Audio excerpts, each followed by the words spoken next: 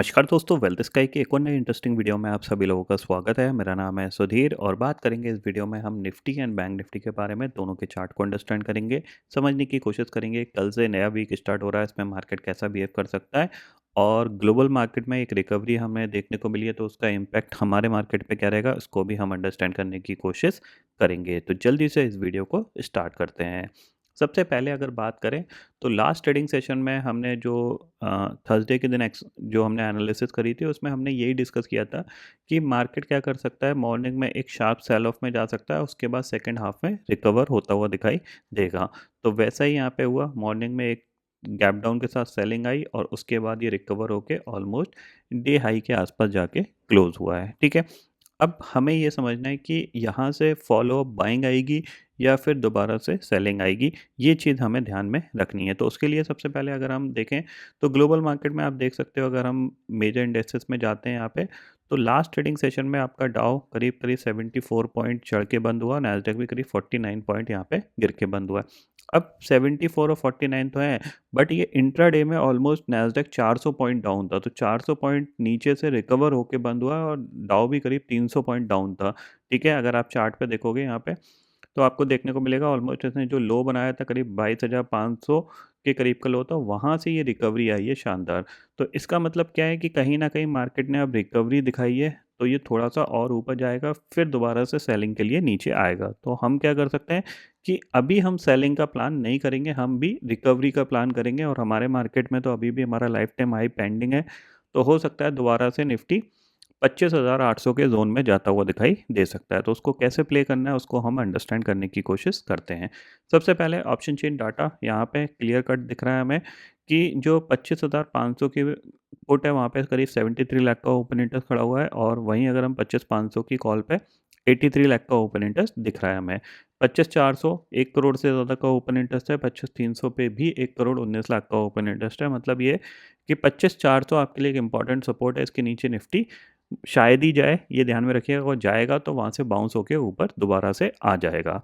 Resistance के तौर पे अगर देखा जाए, जो अभी मार्केट में क्लियर कट रेजिस्टेंस दिख रहा है वो 25,700 दिख रहा है। 25,700 यहाँ पे इसको क्रॉस करना इस सीरीज़ में थोड़ा-सा मुश्किल रहेगा, अदरवाइज़ ये यहाँ तक जाने की कोशिश कर सकता है। ये पॉइंट आपको ध्यान में रखना है, ठीक है? चार्ट पे चलते हैं, तो देखो सिंपल सी चीज़ है, अगर चार्ट का अगर आप थोड़ा-सा अंदाज़ा लगाओगे यहाँ पे, तो मार्केट ने क्या किया, एक सेल ऑफ आया है, उसके बाद इसने एक पुल बैक दिखाया, रिट्रेसमेंट हुआ, फिर इसने लाया हाई बनाया, फिर यहाँ पे रिट्रेसमेंट हुआ फिर। तो कहीं न कहीं मार्केट क्या कर रहा है, अब थोड़ा-सा ये पॉजिटिव साइड पे जाने की कोशिश कर रहा है। तो लेवल हमें पता होना चाहिए कि पॉजिटिव साइड के कहाँ तक जा सकता है और नीचे सपोर्ट कहाँ तक ले सकता है। तो सबसे पहली चीज़ हमारे पास सपोर्ट के तौर पे हमारे पास ये जो पर्टिकुलर एरिया है आपका, अ, 25,400, 25 से लेके 25,400 का ये एरिया हमारे लिए सपोर्ट का काम करेगा। ऊपर अगर रिकवरी आती है तो पहला जो टारगेट आ सकता है हमारे पास, वो आ सकता है 25,615, और 615 के आप इसको थोड़ा-सा और ऊपर ले लीजिए अराउंड, ठीक है? 25,630 तक मार्केट रिकवर हो सकता है, मतलब निफ्टी रिकवर हो सकता है।